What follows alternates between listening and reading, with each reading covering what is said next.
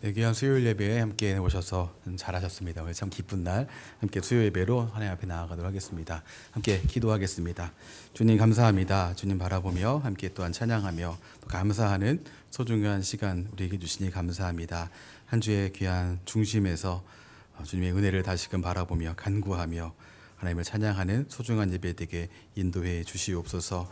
예수님을 꼭 붙들고 주님을 의지하여서 하나님의 그 귀한 은혜 안으로 온전히 기쁨으로 나아가는 우리 한 사람 한 사람 되게 도와주시옵소서. 예수님 이름으로 기도합니다. 아멘. 찬송가 289장입니다. 오늘 좀 자막 상태가 고르지 않아서 직접 성경책과 찬송가를 찾아주시고 온라인에서도 동일하게 성경과 찬송을 찾아주시기 바랍니다. 289장입니다.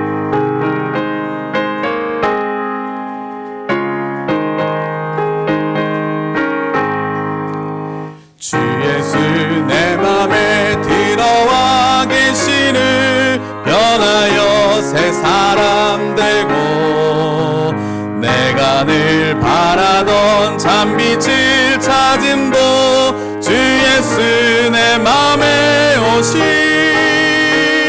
주 예수 내 맘에 오심 주 예수 내 맘에 오심 물밀 듯 내 맘에 기쁨이 넘치는 주 예수 내 맘에 오심 주 예수 내 맘에 들어와 계시는 망령된 행실을 끊고 머리털보다도 더 많던 내 죄가 눈보다 더 희어졌네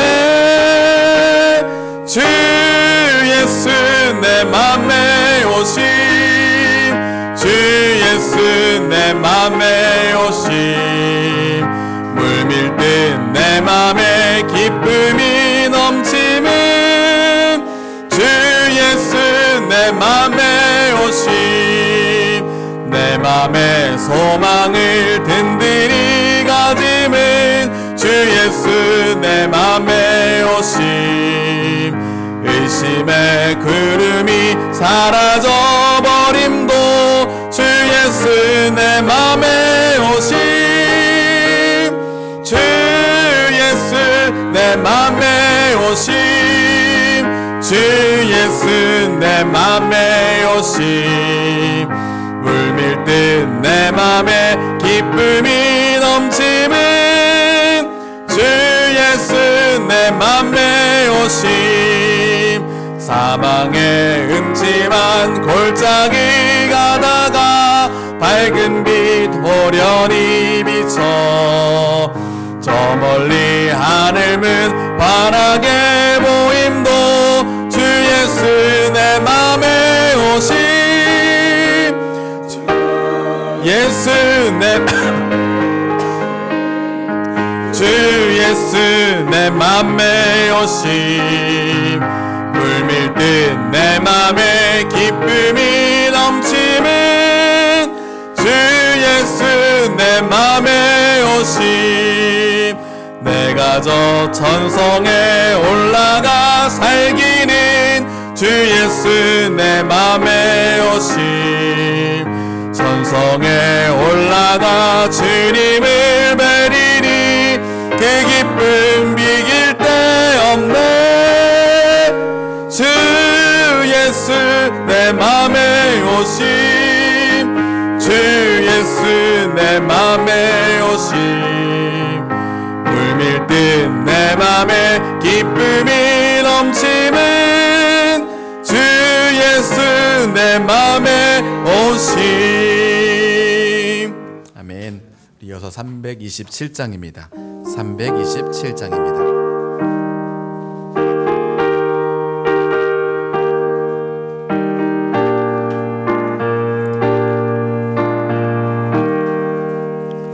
주님 주실 앞편 믿음 얻기 위해 너는 정성껏 기도했나 주의 제단 앞에 모든 모두 바치기 전 복을 받을 줄 생각 마라.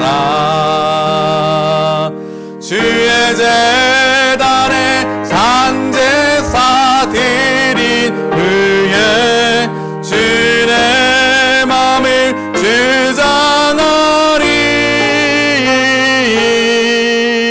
주의 뜻을 따라 그와 동행하면 영생 복락을 누리겠네. 주의 밝은 빛에 항상 활동하며 선한 사업을 힘쓰겠나. 자유 얻으려면 주의 뜻을 따라 너의 모든 것 희생하라. 주의 제단에 산제사 드린 후에 주의 맘을 주장하리. 주의 뜻을 따라 그와 동행하면 영생 복락을 누리겠네. 주의 제단 앞에 모두 바친 후에 주와 온전히 사귀겠네. 주님 주신 기쁨 또한 그의 사랑 어찌 말로 다 형용하랴. 주의 제단에 산제사 드린 후에 주의 맘을 주장하리. 주의 뜻을 따라 그와 동행하면 영생 복락을 누리겠네. 아멘. 우리 한 장 더 찬양 올려드리겠습니다. 426장입니다.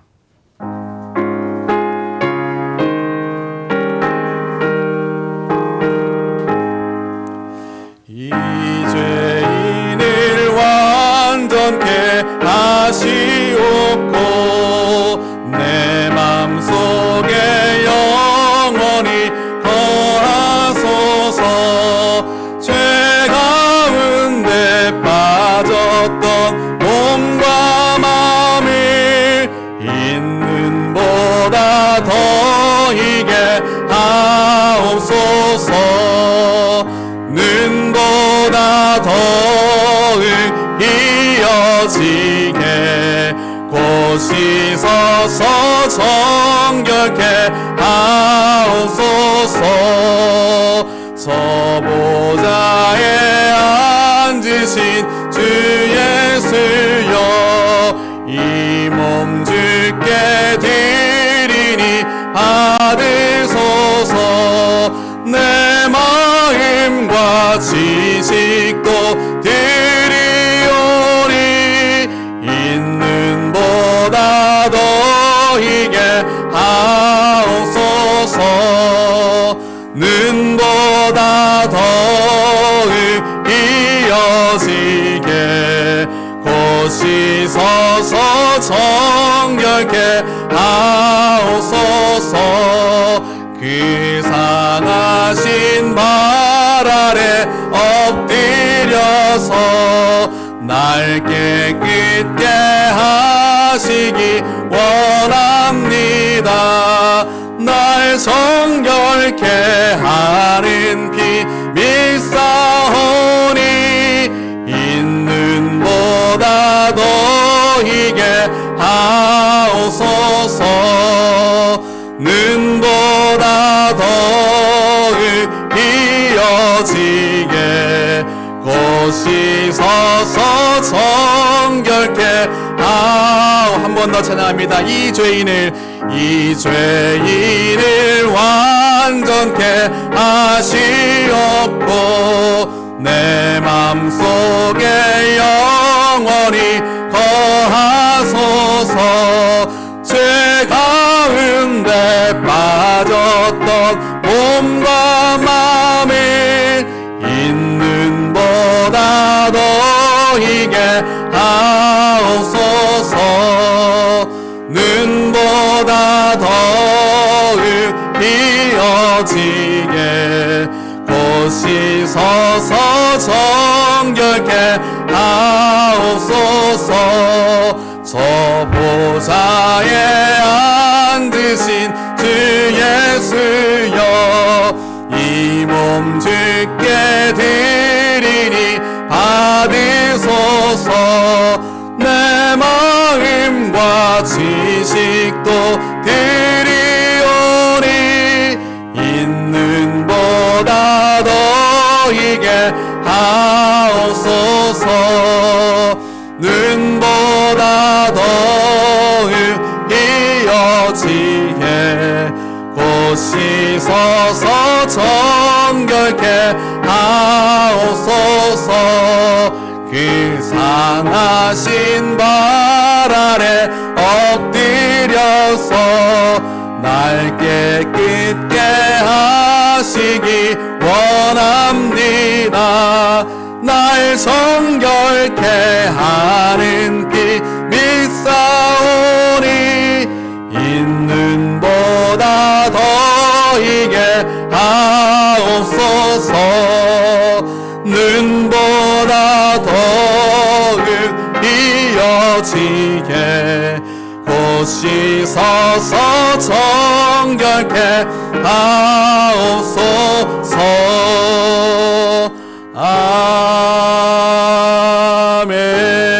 아멘. 이 시간 함께 기도하실 때 우리가 함께 드리는 예배를 위하여서 함께 기도하겠습니다. 주님 받으시는 예배, 주님을 기쁘시게 하는 예배, 주님 앞에 온전히 펼쳐드려서 우리의 연약함을 주 앞에 낱낱이 아뢰고 이 시간 주님의 은혜를 간절하게 입는 시간 되게 해주옵소서. 이 시간 펼쳐지는 모든 예배 속에 진행되는 과정을 통하여서 하나님 앞에 영광을 올려드리며 또한 함께 듣는 말씀을 통하여서 전하는 입술과 듣는 모든 귀가 보게 되는 소중한 시간 되게 해달라고 우리 함께 합심하여서 기도하겠습니다. 함께 기도하겠습니다.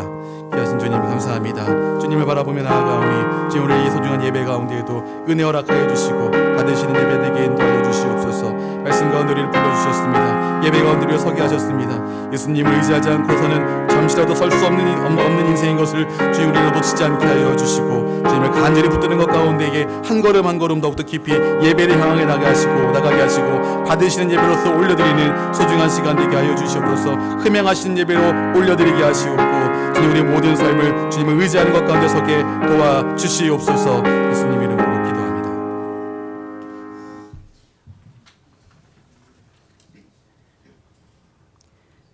존귀와 영광을 받으시기에 합당하신 하나님 아버지, 모든 환경과 상황 속에서 우리들을 불러주시고 믿음의 자녀들이 주님께 예배할 수 있는 복된 자리에 불러주심에 감사합니다. 예배 가운데 임재하시어 아벨의 제사처럼 하나님께서 받으시는 살아있는 예배가 될 수 있도록 인도하여 주시옵소서. 전능하신 하나님 아버지, 우리가 겪고 있는 모든 상황 속에서 주님의 다스림과 계획하심을 인도하심을 바라보며 인정하며 살아야 함에도 불구하고 때론 믿음이 연약하여서 불평하고 교만하고 고집스럽게 살았음을 용서하여 주시옵소서. 사랑의 하나님, 열린비전교회가 예배가 살아나고 모든 모임이 회복되길 원합니다. 우리 안에 움츠려들었던 우리의 신앙이 다시 활기를 얻을 수 있게 하시고 공동체 안에서 서로 사랑하며 세워주며 주님의 말씀에 순종하는 성도들이 되어 이 땅에서 빛과 소금의 역할을 감당하는 자들이 되게 하옵소서. 지난주에는 새생명 축제를 은혜 가운데 마치게 하심을 감사합니다. 오셨던 분들이 주님의 말씀을 듣고 마음이 열려 하나님을 영접하는 이들이 많이 있게 하시고 하나님이 없이는 무의미한 삶임을 깨닫게 하셔서 그들이 가슴 깊은 곳에서 주께 가까이 가고자 하는 간절한 마음이 일어나게 하옵소서. 우리 형제교회인 동역교회와 각종 재난과 어려움 속에 있는 나라에서 복음을 전하는 선교사님들과 그 가족들을 안전하게 지켜주시고 전하는 복음이 많은 열매를 맺을 수 있도록 인도하여 주시옵소서.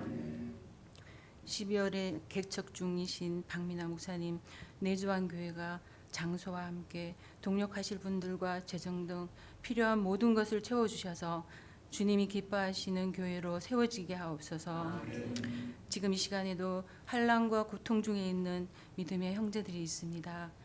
나는 너를 치료하는 여호와 라파라 말씀하신 주님, 주님께서 치료의 강선을 비추사 온전케 하여 주시고 육신의 연약함이 강건함으로 바뀌는 삶이 될 수 있도록 인도하여 주시옵소서. 오늘도 강동현 목사님을 통해 말씀을 듣습니다. 영적인 길을 열어주시고 흩어졌던 우리의 마음이 집중되는 시간이 되게 하옵소서. 감사드리며 예수님의 이름으로 기도드립니다.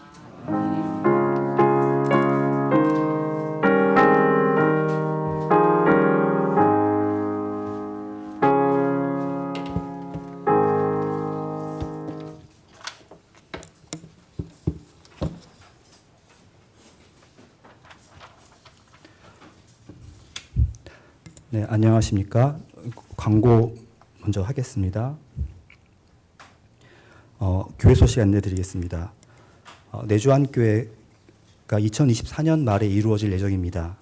개척 준비 기도회가 매주 오후 12시 50분에 성덕여중 시청각실에서 진행되고 있습니다.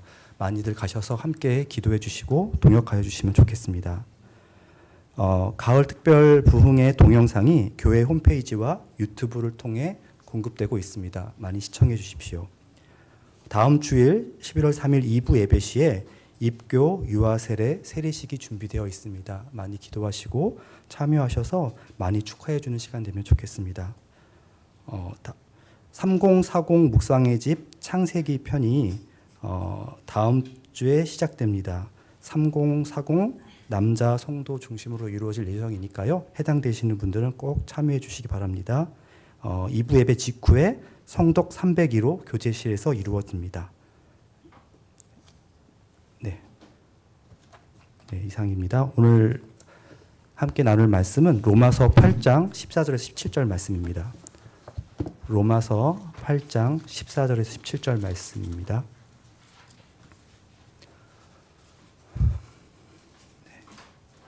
그럼 저랑 한 절씩 교독하시겠습니다. 무릇 하나님의 영으로 인도함을 받는 사람은 곧 하나님의 아들이라.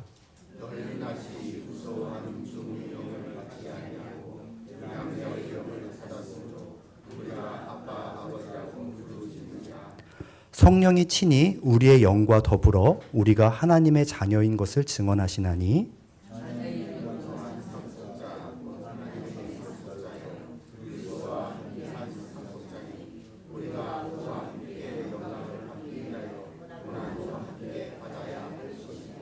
아멘.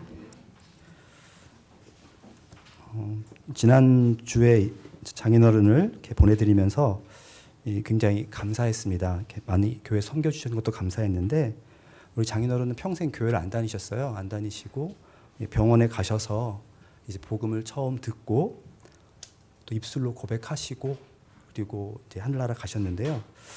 이게 얼마나 감사한지 우리가 정말 아무런 그러니까 교회 생활을 하지도 않고 선한 일을 하지 않아도 정말 마음으로 믿고 입술로 고백하면 하나님 나라가 허락된다는 것이 얼마나 큰 놀라운 은혜인지 한번 생각하는 그런 시간이었습니다. 그런데 한편으로 이런 생각이 들었습니다. 우리도 구원받은 다음에 정말 하나님께 믿음을 고백하고 바로 천국에 가면 얼마나 좋을까. 왜냐하면 이렇게 여러분들도 구원받고 살고 계시잖아요. 근데 이 세상에 항상 기쁘고 행복하고 또 제가 선한 일만 하는 게 아니라 고통이 있고 아픔이 있고 그리고 죄를 짓고 있는 나의 모습을 바라볼 때 왜 이렇게 살까? 차라리 그때 가장 감격 속에 죽었으면 어땠을까? 이런 생각. 그럼 정말 기쁨 가운데 주님 만날 수 있을 텐데 지금 만나면 좀 부끄러울 것 같은데 뭐 이런 생각 저만 했나요? 근데 이런 생각은 옛날부터 많이 있었고요.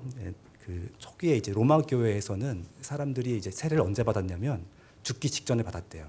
왜냐하면 세례 받은 다음에 죄를 지으면 다시는 용서받지 못한다 이런 속설이 있어서 죽기 직전에 받았다고 합니다. 그러니까 그리고 또 이제 미국에 제2차 부흥운동 각성기가 있을 때 사람들이 가장 선호하는 죽음이 이거였대요. 그러니까 당시에 이제 집회에 가서 복음을 들은 다음에 사람들에게 자 이제 예수님 믿고 회개하고 예수님 믿는 사람 나오십시오. 그러면 사람들이 나와서 기도하고 세례를 받고 그 구원의 감격이 채 가시기 전에 집회 밖을 빠져나오면서 도로에 나와서 지나가는 차에 치여 죽는 거를 가장 바랐다고 합니다. 예, 정말로 아까 제가 말씀드렸던 것처럼 정말 믿은 다음에 죄를 지을 수가 없잖아요. 시간이 없잖아요. 네, 그런 죽음을 바랐다고 합니다. 근데 이런 죽음은 아무에게나 허락되지 않고 정말 선택받은 소수에게만 있고 대부분의 사람은 저를 포함해서 여러분들 같이 대부분의 사람은 인생을 살아야 되죠. 그리고 인생은 다른 말로 고해라고도 하죠.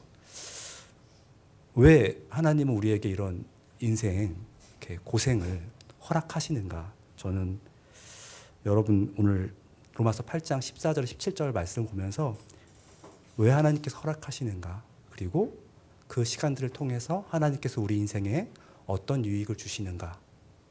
또 어떻게 우리를 도와주시는가? 이 이야기를 함께 나눠보고자 합니다. 오늘 말씀 보면 15절에 보면 이렇게 되어 있습니다. 너희는 다시 무서워하는 종의 영을 받지 아니하고 양자의 영을 받았다라고 합니다. 그러니까 지금 성경에서 그 그리스도인의 삶에 대해서 양자, 입양 이런 표현을 사용하는 사람은 사도 바울이 유일하다고 합니다. 왜냐하면 일단 유대 사회는 그렇게 입양에 익숙한 사회가 아니었고 다른 저자들 같은 경우는 입양으로 하나님 아버지와 아들이라고는 이야기하지만 입양으로 표현하진 않아요. 그런데 당시에 입양이 굉장히 익숙한 사회가 있는데 그곳이 바로 로마였습니다. 로마 사회는 굉장히 입양이 익숙했어요. 그래서 바울은 우리가 알다시피 이방인의 사도잖아요. 그래서 그들에게 익숙한 언어인 입양을 통해서 우리에게 하나님과 우리의 관계에 대해 설명하고 있습니다. 로마 세계에서의 입양은 오늘날 우리가 생각하는 입양과 약간 좀 차이가 있습니다. 뭔 차이가 있냐면 오늘날 우리가 입양 생각하면 정말 어렵고 힘든 고아들을 데려다가 보살핀다 이런 개념이잖아요. 주로 이런 개념이잖아요. 그런데 당시 로마는 그런 개념이 아니고 자신의 가문 내에 있는 재산권을 빼앗기지 않는다는 개념이 강했어요. 그러니까 당시 로마는 아들로 재산이 상속이 됐거든요. 그런데 우리가 생각해 보면 출산을 통해서 아들이 나와야 되는데 아들이 안 나오면 재산권을 보호할 수가 없잖아요. 딸에겐 상속이 안 이루어졌고 또 아들이 태어나도 이 아들이 건강하게 자라서 성인이 된다는 보장도 없잖아요. 일찍 죽을 수도 있고 또 아들이 태어났는데 이 아들이 제대로 그 집안의 상속권을 유지할 만한 그런 수준이 안 될 수도 있는 거고요. 그러니까 이 로마인들은 확실하게 자신의 그 가문의 재산을 계속해서 자손 만대까지 이어갈 방법을 강구했는데 그게 바로 입양입니다.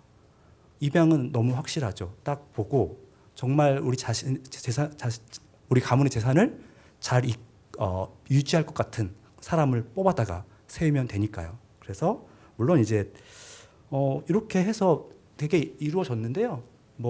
우리가 잘 아는 특히 로마 황제 같은 경우들도 굉장히 입양이 많았습니다. 오현제라고 들어보셨죠? 이 오현제가 다 입양을 통해서 황제가 된 사람들이었어요. 마지막에 이제 아우렐리우스가 자신의 친자를 왕으로 세우고 황제로 세우고 그때부터 로마가 쇠퇴했다라고 하거든요. 어쨌든 이런 식으로 입양이 굉장히 활달한 사회였기 때문에 이 사도 바울이 입양을 통해서 하나님과 우리의 관계를 이야기할 때 이방인들은 쉽게 이해할 수 있었습니다. 그러니까 우리나라에도 이런 식의 입양이 많이 있었고요. 가장 최근은 지금 LG 그룹 현 회장이 구광모 씨라고 하는데 이분 원래 전 회장인 구본무 씨의 아들이 아니고 그 희광그룹의 구본능 회장의 장자였답니다. 그런데 전 회장인 구본무 씨의 아들이 어린 나이에 죽게 되자 동생의 아들인 그 구광모 씨를 양자로 들여서 지금 현재 그 LG그룹의 회장 자리를 맡겼다고 합니다. 이런 식인 거죠. 이런 식의 입양 제도가 로마 사회에 많이 있었습니다. 그러니까 로마 사회에서 입양 제도의 핵심은 어떤 고아의 행복이 아니라 상속이라는 것을 우리가 알 수가 있습니다. 이게 왜 중요하냐면 오늘 말씀 17절 상반절을 보면 이렇게 되어 있습니다. 자녀이면 또한 상속자 곧 하나님의 상속자요라고 되어 있습니다. 그러니까 하나님께서 우리를 자녀로 삼으셨다는 얘기는 그냥 자녀 삼으신 것이 아니고 하나님 우리를 입양했다는 얘기는 그냥 불쌍하니까 데려다고 키워줄게 이런 개념이 절대 아니고요. 하나님이 우리를 입양했다는 얘기는 하나님이 우리를 상속자로 삼기 원하셨다. 우리를 불러다 상속자로 삼기 원하셨다. 이 얘기입니다. 근데 여러분 이게 이렇게 믿겨지시나요? 우리가 정말 전 여러분이 어떤 삶을 살았는지 잘 모르는데 여러분 각자는 자신의 삶을 잘 아시잖아요. 여러분의 삶을 돌아볼 때 나같이 산 사람을 하나님께서 데려다가 양자 삼으신다고? 라는 생각 혹시 해보신 적 없나요? 그냥 나는 하나님 집에 가서 품꾼이나 문지기가 돼도 충분히 만족스러울 것 같은데 어떻게 나에게 양자 삼을 생각을 하시지? 하나님께서? 이런 생각을 혹시 하게 되지 않나요? 그 누가복음 15장을 보면 둘째 탕자가 집을 나갔다가 호랑방탕하게 살고 돌아오죠. 돌아오면서 이렇게 이야기합니다. 지금부터는 아버지의 아들이라 일컬음을 감당하지 못하겠나이다. 나를 품꾼의 하나로 보소서. 라고 하려고 해요. 그런데 이제 다 이야기를 못했어요. 말씀해 보니까 지금부터는 아버지의 아들이라 일컬음을 감당하지 못하겠나이다. 까지 얘기하고 아버지가 말을 끊는 것 같아요. 그만 말해라. 넌 내 아들이다. 이런 느낌이에요. 실제 어땠는지 모르겠어요. 그러니까 우리의 그 솔직한 마음이죠. 우리가 구원을 받은 다음에 하나님 앞에 설 때 나의 모습을 돌아볼 때 하나님, 저는 도저히 하나님의 아들 그런 거 못해요. 저는 정말 품꾼으로도 충분히 만족하고 감지덕지합니다. 라고 이야기하죠. 왜냐하면 우리의 과거가 어땠냐면 에베소서 2장 2, 3절을 보면 이렇게 되어 있습니다. 그때 너희는 그 가운데서 행하여 이 세상 풍조를 따르고 공중의 권세 잡은 자를 따랐으니 곧 지금 불순종의 아들들 가운데서 역사하는 영이라. 전에는 우리도 다 그 가운데서 우리 육체의 욕심을 따라 지내며 육체와 마음에 원하는 것을 하여 다른 이들과 같이 본질상 진노의 자녀이었더니, 그러니까 우리의 본질이 진노의 자녀라는 걸 우리는 알기 때문에 하나님의 이런 은혜를 감당하기 어렵죠. 그래서 정말 우리는 시편 84편 10편에 10절 이런 말씀이 있죠. 주의 궁정에서의 한 날이 다른 곳에서의 첫날보다 나은즉 악인의 장막에 사는 것보다 내 하나님의 성전 문지기로 있는 것이 좋사오니. 그러니까 우리의 고백이잖아요. 하나님 나라에서 품꾼으로 살아도 좋다. 성전 문지기로 살아도 좋다. 그게 정말 행복하다. 그게 우리의 마음인데, 그래서 우리는 이런 마음으로 예수님을 믿고 구원의 감격이 있을 때 바로 데려가 주셨으면 제일 좋겠는데 하나님은 그렇게 하지 않으신답니다. 하나님은 굳이 우리를 양자로 삼으시고 우리를 상속자로 삼으시겠다고 다짐하십니다. 근데 아까 봤던 것처럼 우리의 본질, 진노의 자녀, 하나님이 생각하는 우리의 모습, 하나님의 상속자, 이 둘 사이가 차이가 커 보이나요? 작아 보이나요? 작아 보이시나요? 거의 비교가 안 되게 크잖아요. 이 간극에 바로 우리의 고통이 있습니다. 이게 하나님은 로마서 8장 17절 하반절 이렇게 되어 있는데요. 우리가 그와 함께 영광을 받기 위하여 고난도 함께 받아야 할 것이니라 라고 이야기합니다. 그러니까 우리가 이제 나중에 상속자가 돼서 하나님과 함께 하나님 나라를 다스릴 거잖아요. 그리스도와 함께. 죄송합니다. 그러면 우리의 수준이 거기에 이르러야 되잖아요. 그럼 거기에 이르기까지 하나님이 단련하시는 과정, 본질상 진노의 자녀가 하나님의 상속자의 실질을 갖추는 과정, 그 과정이 바로 우리의 인생이고 그 인생이 고난인 이유라 할 수가 있습니다.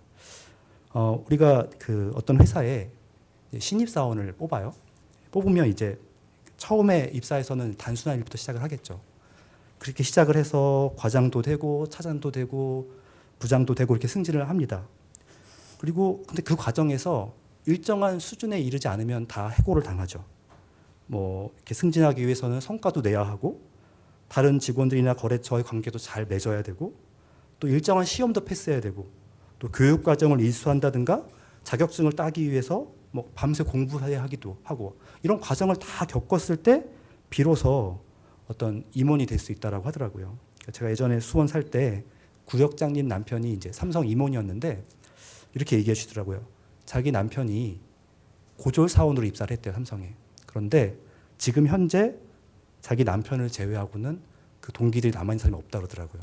그러니까 뭐 이해가 되죠. 살아남기 얼마나 힘든지. 그런데 고졸 사원으로 입사해서 삼성 이사가 되기까지 굉장히 어려움을 많이 겪었다고 하더라고요. 어쨌든 살아남았잖아요. 그러니까 이게 이제 일반적인 우리가 승진하는 과정이에요. 근데 예외가 하나 있어요. 뭐냐면 오너가의 자녀인 경우는 좀 예외죠. 이 사람들 동일하게 입사를 하더라고요. 입사를 해서 승진을 해요. 좀 빨리 하긴 하지만 하더라고요. 근데 차이가 있는데 이 사람은 해고를 안 당해요. 잘 못해도 사업이 망해도 해고를 안 당하더라고요. 그리고 결국은 그 자리에 세우더라고요. 예, 여러분들도 많이 신문에서 보잖아요. 그러니까 하나님의 자녀로 입양된다는 것은 전자에 가까울까요? 일단 신입사원으로 입사하는 사람이 가까울까요? 오너가에 가까울까요? 예, 오너가에 가깝습니다. 그러니까 이게 해고를 안 당하는 게 굉장히 중요한데 이게 무슨 말이냐면 이게 하나님이 원하는 수준에 이르기 전까지는 계속 고생한다는 얘기예요. 왜냐하면 하나님은 여러분을 상속자로 세우실 생각이거든요. 어떻게든 여러분의 자질이 여러분 생각하기에 있든 없든 그건 우리 생각이고 하나님은 그런 생각이 전혀 없으세요. 그래서 이제 우리 욥기 볼 때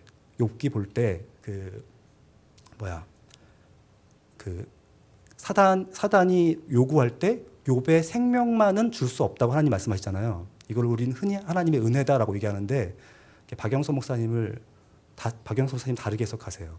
죽을 수 없다. 내가 원하는 수준이 이르기까지 절대 죽지 못한다. 끝까지 버텨내라. 이런 의미다.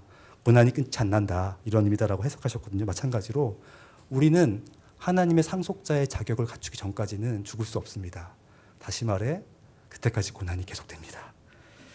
예, 아멘. 네. 네. 그 베드로전서 2장 19절 20절을 보면 우리가 받는 고난의 세 가지 형태가 나와요. 뭐 꼭 세 가지라고 할 필요는 없겠지만 보면 처음에는 부당한 고난이 나오죠. 부당하게 고난을 받아도 그리고 죄가 있어 받는 고난이 나오죠. 그리고 선을 행하기 때문에 받는 고난이 나옵니다. 우리가 살아가면서 이런 세 가지 고난을 다 당하죠. 뭐 예를 들어서 음주운전 차량에 치여서 죽은 가족이 있을 수 있습니다. 부당하고 억울하죠. 내 인생에 왜 이런 일이 생겼는지 또 우리가 하지 않은 일로 오해를 받아서 고난을 당하기도 합니다. 이런 고난, 부당한 고난이 우리 인생에 다 있죠. 견디기 어렵고 원망스럽습니다. 또 우리가 잘못해서 받는 고난도 있어요. 이럴 때 고난받는 건 마음으로는 납득이 됩니다. 내가 잘못해서 받는 고난이니까. 그런데 이때는 또 이런 생각이 들죠. 왜 내가 살아서 죄를 짓나. 진즉이 천국에 갔으면 죄 안 지어도 될 텐데. 이런, 그러니까 정말 우리 중에 이렇게 죄를 짓고 싶어 죄를 짓는 사람은 없잖아요. 그러니까 죄를 지을 수밖에 없는 자기 모습에 한탄하는 그런 마음이 들기도 하고요. 또 이제 적극적으로 이렇게 바퀴 지역에서 아까 복음을 전하는 선교사님이나 아니면 살아가다가 뭐 내부 고발자라든지 왕따 친구를 돕다가 같이 왕따가 되는 경우라든지 이런 식으로 적극적으로 누군가를 도와주다가 고난을 받기도 합니다. 이런 고난을 당하면 우리가 억울하죠. 억울하고 또 죄송하고 하나님께 죄송하고 또 고통스럽고 이런 중에 우리가 살아갑니다. 그런데 이런 고난이 우리 인생에 일을 합니다. 뭐냐면 우리를 생각하게 만듭니다. 자기만 생각하는 존재에서 다른 사람을 한번 돌아보게 되죠. 다른 사람의 인생을 생각하게 되고 더 나아가서 예수님을 이해하게 됩니다. 그러면 우리가 어떻게 되냐면 많은 사람을 더 이해하고 품을 수 있고 많은 사람을 다스릴 수 있는 존재가 되는 거죠. 어떤 명목상 상속자에서 실질적 상속자로 변해가는 과정, 이것이 인생, 우리에게 인생이 있는 이유, 이것이라고 말할 수 있습니다. 근데 이렇게 이제 우리를 딱 이 땅에 놓고 상속자가 될 때까지 잘 자라봐라. 이렇게만 딱 두면 굉장히 억울할 텐데, 우리 요즘 목사님이 좋아하시는 찬양 있잖아요. 혼자 있지 않을 거예요인가요? 맞죠? 네. 하나님께서 우리를 혼자 두지 아니하시고 고난당하는 이를 돕기 위해서 저는 본문에서 3가지를 발견했거든요. 여러분들도 본문 읽으면서 더 많이 발견할 수 있으면 좋겠는데요. 예, 이렇게 이해하기 쉽게 도와주시는 분이 계시는데요. 성부 하나님, 성령 하나님, 성자 예수님께서 우리를 잘 도와주십니다. 우리 먼저 14절을 보시면 15절을 보시면 성부 하나님께서 우리를 도와주시는데요. 성부 하나님 어떻게 도와주시냐면 너희는 다시 무서워하는 종의 영을 받지 아니하고 양자의 영을 받았으므로 우리가 아빠, 아버지라고 부르짖느니라 그랬습니다. 혹시 여기 나온 아빠가 어느 나라 말인지 혹시 아세요? 저 아빠가 어느 나라 말인지 혹시 아세요? 영어 성경 혹시 있으시면 보시면 똑같이 아빠라고 써 있거든요. ABBA 써 있거든요. 그러니까 저건 아람어예요. 똑같은 말인데 우리말이라고 혹시 헷갈리실까 봐. 아람어고요. 아람어입니다. 저거. 아빠, 아버지. 네. 뒤에 거는 헬라어로 써 있어요. 언어에는. 그래서 이제 헷갈리실까 봐 우리말이랑. 네, 의미는 같습니다. 근데 이제 하나님께서 첫 번째로 주신 건 뭐냐면 하나님을 아버지라고 부르게 해주세요. 그러니까 우리가 고아가 아닌 거죠. 고난을 당하면 참 이겨내기 힘들어요. 근데 그때 우리가 하나님께 나와서 기도할 수 있는데 하나님 천지의 창조주 이렇게 하는 게 아니라 아버지 하나님이라고 기도할 수 있게 해주시는 거죠. 나아갈 수 있게. 그게 첫 번째로 우리가 가진 은혜입니다. 두 번째는 그 아버지 하나님은 우리 비교하는 게 무서워하는 종의 영이 아니라 양자의 영을 받았다고 얘기하거든요. 하나님께 주시는 것이.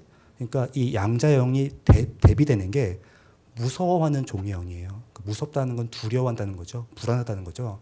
그러니까 불안해하지 않아도 된다는 거죠. 우리가 하나님께서 받은 양자의 지위가 박탈되지 않아요. 상속자의 지위가 박탈되지 않아요. 그런 안전한 가운데 살아가는 거예요. 그래서 그것이 하나님께서 첫 번째로 주신 은혜입니다. 그러니까 우리는 언제라도 어느 때라도 우리가 원치 않는 죄 중에 빠져 있을 때라도 우리는 하나님께 나아가 아버지라고 부를 수가 있어요. 네, 우리 애들 보면요, 제가 이제 사실 이렇게 아이들 훈육할 때 매를 들면 안 되는데 가끔 들거든요. 그런데 되게 감사한 게 전 되게 너무 미안하고 나중에 후회하고 막 그러는데 그럼에도 불구하고 오더라고요. 와서 웃으면서 이거 해달라고. 예. 그런 모습 보면 예쁠까요? 안 예쁠까요? 예쁘거든요. 하나님이 우리를 바라볼 때도 그런 거죠. 우리가 잘못할 수 있어요. 그래서 하나님께 매를 맞을 수 있어요. 그런데도 불구하고 우리가 하나님께 나아가서 아빠, 아버지라고 부를 수 있는 거. 그게 우리가 받은 특권입니다. 그래야 우리가 살잖아요. 고난 맨날 받고 살면 어떻게 살겠어요? 이런 하나님이 있는 거죠. 두 번째는 성령 하나님입니다. 14절 보시면 이렇게 되어 있어요. 무릇 하나님의 영으로 인도함을 받는다 이렇게 되어 있거든요. 하나님의 영으로 인도함을 받습니다. 하나님의 영이 우리를 인도해 주십니다. 근데 우리가 이렇게 나와서 아버지 부르고 기도할 수 있어요. 그런데 때로는 기도할 내용이 안 떠올 때가 있잖아요. 뭘 구해야 될지 모를 때가 있어요.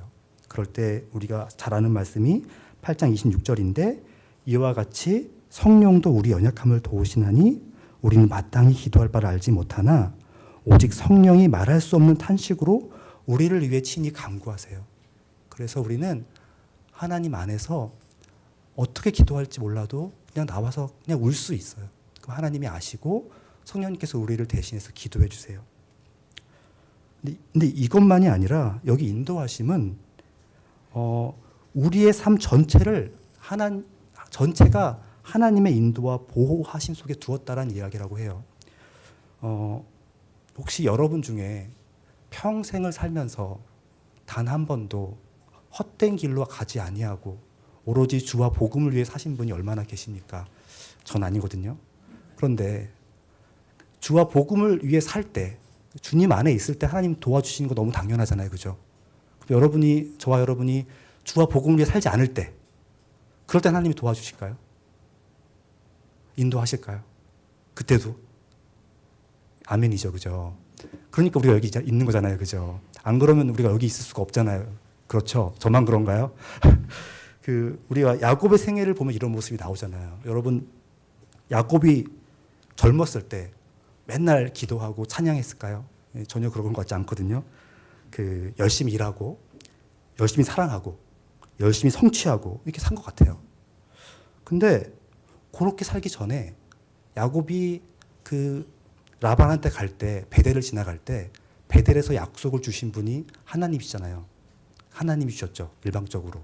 그러니까 야곱은 응답했고, 그리고 이제 하나님을 잊고 살았어요, 사실을. 그런데 결국 깨닫게 해서 야곱이 다시 돌아오게 만드는 게, 베델로 돌아오게 만드는 게 누구냐면 하나님이시죠. 야곱이 얼마나 두려워했어요. 첫 번째는 라반에게서 벗어나는 것도 어려웠어요. 그런데 하나님이 삼촌 라반의 마음을 돌이키셔서 야곱을 풀어주게 했죠. 그리고 에서를 보는 게 두려웠죠. 그래서 약복강에서 정말 두 손 두 발 들고 항복하게 하시죠.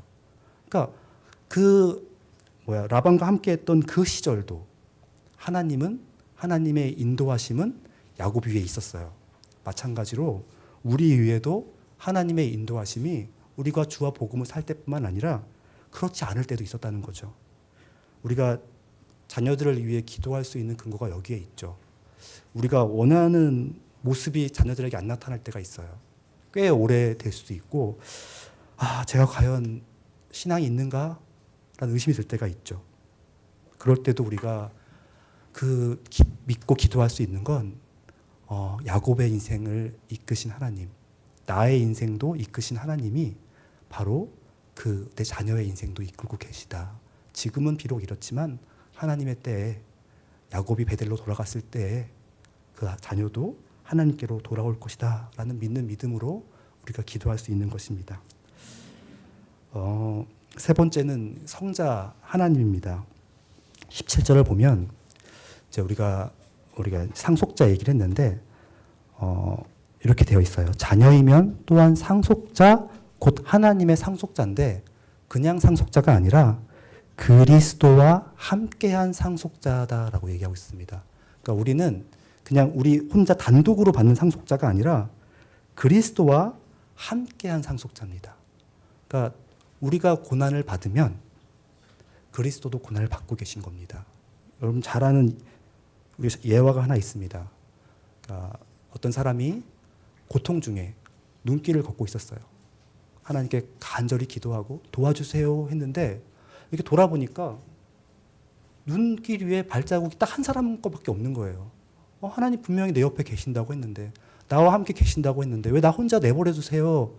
라고 이렇게 간절히 울부짖었더니 주님께서 이렇게 말씀하셨다고 하죠. 내가 널 업고 걸었다. 내가 널 업고 걸었다. 그래서 다시 내 발자국을 돌아보니까 내 발자국이 아닌 거예요. 그리스도의 발자국이었던 거죠. 그러니까 우리가 고난을 겪을 때 나 혼자 겪는 고난이 아닌 거죠. 사실 그리스도께서 나와 함께 하셔서 고난을 겪고 있습니다. 히브리서 4장 15절에 보면 이렇게 되어 있어요. 우리에게 있는 대제사장은 우리의 연약함을 동정하지 못하실 리가 아니요. 여기 동정이라는 것은 공감하는 거죠. 우리가 정말 연약하고 정말 이 죄를 지을 수밖에 없고 잘 못하는 것을 공감하지 못하시는 분이 아니래요. 왜 공감하실 수 있냐면 그 뒤에 나오는데 모든 일에 우리와 똑같이 시험을 받으신 이다라고 합니다. 그러니까 우리가 지금 받고 있는 시험이 사실은 그리스도께서 이미 다 받으신 시험이라는 거죠. 그렇기 때문에 주님은 우리의 어려움과 우리의 아픔과 우리의 눈물을 다 이해하시고 공감해 주시는 분이세요. 여러분 억울해하지 않으셔도 돼요. 왜냐하면 다른 사람은 다 몰라도 주님은 여러분의 아픔을 공감해 주세요. 그 주님이 우리와 함께 하세요. 또 골로새서 1장 24절에 이렇게 이야기합니다. 나는 이제 너희를 위하여 받는 괴로움을 기뻐하고 그리스도의 남은 고난을 그의 몸된 교회를 위하여 내 육체에 채우노라. 아멘. 사실 우리가 겪는 고난은 정말 어떻게 생각하면 부끄럽게 느낄 수도 있어요. 그런데 성경은 뭐라고 얘기하냐면 그 고난이 그리스도의 남은 고난이래요. 그러니까 우리가 겪고 있는 지금 이 고난이 그리스도께서 성취하실 일을 이뤄가는 과정 중에 있는 고난의 일부를 우리가 감당하고 있는 거래요. 그러니까 여러분이 지금 받는 고난이 그리스도가 받아야 될 고난 중에 일부라고요. 이게 놀라운 거죠. 아무런 의미가 없는 고난이 아닌 거예요. 정말 이 세계의 구원의 일익을 담당하고 있는 고난을 우리가 겪고 있는 거다라고 이야기하고 있습니다. 아멘. 그러니까 놀랍죠. 하나님이 우리를 본질상 진노의 자녀인 우리를 양자로 삼으셨는데 그냥 우리가 불쌍해서 양자 삼으신 것이 아니라 상속자로 세우시려고 양자로 삼으셨고 그런 우리를 돌보기 위해서 성부께서 우리에게 아버지께 기도할 수 있는 은혜를 주시고요. 성령께서 우리가 정말 주님을 떠나 있을 때나 주님 안에 있을 때나 인도하시고요. 성자 예수님께서 우리의 고난을, 우리의 억울함을 다 알아주신다고 합니다. 그래서 우리가 이 땅에서 인생을, 고난을 잘 견뎌내고 결국은 주님께서 기뻐하시는 그런 존재로 자라서 떳떳하게 천국에 들어갈 수 있게 만들어 주시는 것이 바로 우리 인생에 있는 고난이다라고 말씀을 드리고 싶습니다. 저는 작년까지 출판사를 잘 다니고 있었어요. 크게 뭐 문제 없었고요. 사실 신대원 졸업했는데 제가 이렇게 여러분 기억하실지 모르겠지만 제가 첫날 여기 서가지고 이게 물 한 모금 못 마셨거든요. 오늘도 못 마셨는데 이게 사람들 앞에 서는 게 너무 힘들었어요. 그래서 이 길은 아닌가벼. 그래서 출판사로 갔는데 잘 풀렸어요. 잘 됐고요. 예, 성과도 나쁘지 않았고 속성도 잘 맞았고요. 해고될 위험도 없는 회사에서 잘 있었습니다. 근데 잘 있었고요. 그리고 이제 아이들이 이제 좀 자라가지고 작년에는 좀 되게 재밌었어요. 그래서 막 제가 이렇게 배드민턴 동호회에서도 활동을 하고요. 이렇게 한강에서 라이딩도 하고 또 주말이면 아이들과 캠핑도 가고 이렇게 즐겁게 잘 지내고 있었어요. 뭐 이렇게 토요일에 캠핑을 갔는데 주일날 예배드려야 되니까 새벽에 와가지고 비몽사몽간에 예배드리고서도 교회는 빠지지 않으니까 괜찮아 이렇게 다독이면서 이렇게 잘 살고 있었어요. 근데 이제 올해 사역을 이렇게 시작을 했는데 이제 좀 이렇게 힘들더라고요. 먼저 이제 제가 40대 중반 좀 넘었거든요. 그렇게 안 보이시겠지만. 근데 이제 이게 안 하던 일을 하려니까 너무 힘든 거예요. 나 힘든 거야. 내가 결정해서 괜찮은데 내가 힘드니까 이제 제가 받는 스트레스가 가면 안 되는데 이제 가족들이 가잖아요. 이제 미안하죠. 그리고 이제 주말에 가든 캠핑도 못 가고 이제 우리 막내가 아빠 우리 캠핑 언제 가? 조금 이따 가자. 제가 가고 싶은데 주말에 이렇게 못 놀아주고 이렇게 미안한 마음이 있죠. 이제 날이 좀 춥더라고요. 그래서 올해는 못 갈 것 같아요. 그래서 미안하다고 내년에 가자 이렇게 일을 하고 있는 중입니다. 제가 왜 갑자기 사역을 하러 왔을까요? 제가 이런 결정이 잘 모르겠습니다. 사람들이 물어보는데 제가 할 말이 없어요. 저도 왜 그랬는지 모르겠어요. 회사 생활이 힘들었던 것도 아니고 그렇다고 뭐 어떤 하늘에서 내려온 음성이 있었던 것도 아니에요. 왜 그랬을까? 근데 제가 생각하기에는 뭔가 이렇게 사는 것이 좀 약간 무료했던 것 같아요. 내가 이렇게 살게 하려고 하나님께서 나를 부르셨나? 그러니까 사실 제가 신학교육을 받았는데요. 신학교육 받을 때 제 혼자 힘으로 받은 거 아니잖아요. 많은 분들이 헌금해 주셨고요. 많은 분들이 기도해 주셨어요. 늘 짐이었거든요. 왜냐하면 분명히 제가 다 돈 내고 다닌 거 아니고 장학금도 꽤 받았고 그다음에 많은 분들이 기도해 주신 거 알고 있어요. 그런데 그거를 내가 그냥 무시하고 살아가도 되나 이런 짐이들이 있었고 또 하나는 아까 제가 말씀드렸는데 토요일 날 캠핑 가서 주일 날 새벽까지 놀다가 비몽사몽간에 예배드리고 그랬잖아요. 이래도 되나 라는 생각이 들면서 이건 아닌 것 같다라는 생각이 들었어요. 근데 그때 마침 막 몇 군데서 이렇게 부르더라고요. 이렇게 그래서 고민하다가 마지막으로 제 아내가 허락을 해서 제가 오게 됐습니다. 10개월쯤 하니까 이게 조금 이제 목사가 되고 나니까 조금 알 것 같은데요.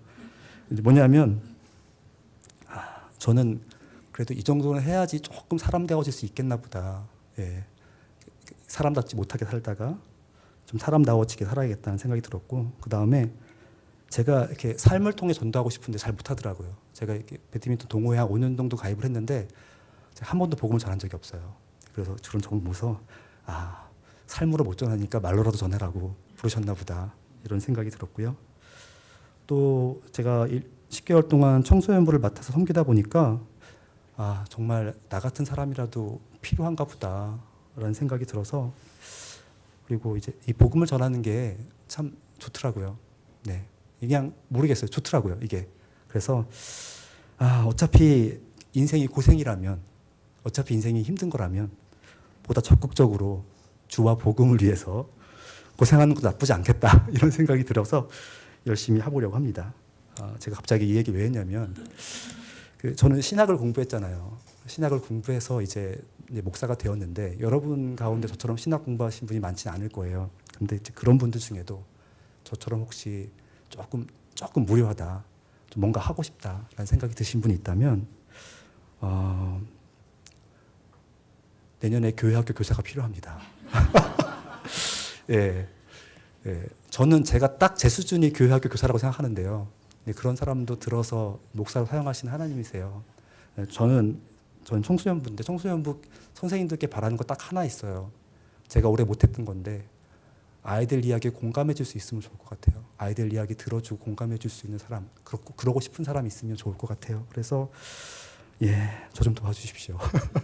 같이 내년도에 교회 사역을 같이 할 분들, 교사 선생님들이 꼭 필요합니다. 정말 필요합니다. 그런 분들이 와주시면 제가 10개월 동안 해보니까 복음 전하는 거, 아이들 가르치는 거 너무 좋더라고요. 애들 너무 예쁘고요. 저 청소년부 하기 전에 주위의 친구들이 걔네는 말 안 들어, 문자 보내도 대답도 안 해, 이런 말 많이 들었는데요. 그런 아이 하나도 없고요. 문자 보내면 다 대답해 주고요. 꼭 그렇진 않네요. 어쨌든 거의 대답해 주고요. 그 다음에 뭐 물어보면 다 대답해 주더라고요. 저희 교회가 특별히 그런 건지는 모르겠는데, 그러니까 너무 걱정하실 거 없습니다. 혹시 여러분 주위에 아시는 분 있으면 소개 좀 해주시면 감사하겠습니다. 네, 갑자기 길어졌는데 제가 오늘 핵심은 그거죠. 우리가 본질상 진노의 다녀였는데 하나님 상속자가 되었다. 그 가운데 우리에게 고난이 있는데 그 고난은 그냥 우리만 혼자 내버려 두지 않고 성부, 성자, 성령께 도우셔서 결국 우리를 하나님의 상속자에 걸맞는 존재로 만드신다. 이것이 오늘 핵심입니다. 우리 같이 합심으로 이 시간 같이 기도하겠는데요. 첫 번째는 지금 제가 전해드린 말씀에 기초해서 하나님께서 우리 각자에게 주신 은혜가 어떠한지, 그리고 그런 은혜에 따라서 어떤 존재 살아야 됐는지 돌아보며 기도해 주시면 좋겠고요. 두 번째는 꼭 여러분이 아니더라도 정말 저희 교회, 교회학교에 청소년뿐만 아니라 주일학교에 헌신된 교사들이 필요합니다. 보내달라고 이 시간 같이 기도하시겠습니다. 하나님 아버지 감사합니다. 하나님께서 우리를 만드시고 우리를 상속자 삼아주시니 너무 감사합니다. 하나님, 이것이 정말 우리가 감당할 수 없는 은혜인데 이 은혜를 감당하게 하시고 주님께서 얼마나 큰 은혜를 날마다 부어주시는지 모르겠습니다. 하나님, 성령 하나님의 은혜와 성령 하나님의 은혜와 성자 예수님의 은혜를 기억하며 이 은혜에 감사하며 주님께 주신 이 고난의 삶, 고통 삶을 기쁘게 살아가게 해주세요. 하나님,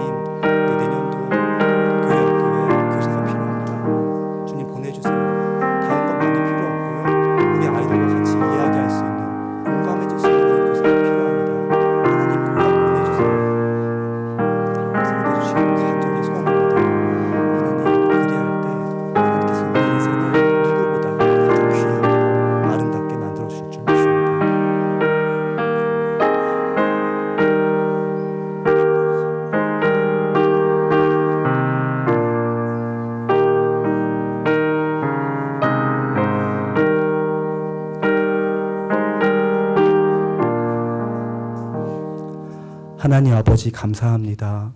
하나님, 우리가 하나님을 아버지라 부르게 하시니 감사합니다. 우리가 주님을 따를 때나 주님을 잊고 있을 때나 우리의 인생을 인도하여 주시니 감사합니다. 우리가 받는 고난 일 먼저 겪으신 주님께서 우리를 이해하시고 공감하여 주시니 감사합니다. 이 은혜 가운데 주님께서 목적하신 바를 이루기까지 충성되의 인생을 살기 원합니다. 예수님의 이름으로 기도합니다. 아멘. 네, 다 함께 찬송가 430장 함께 부르시겠습니다.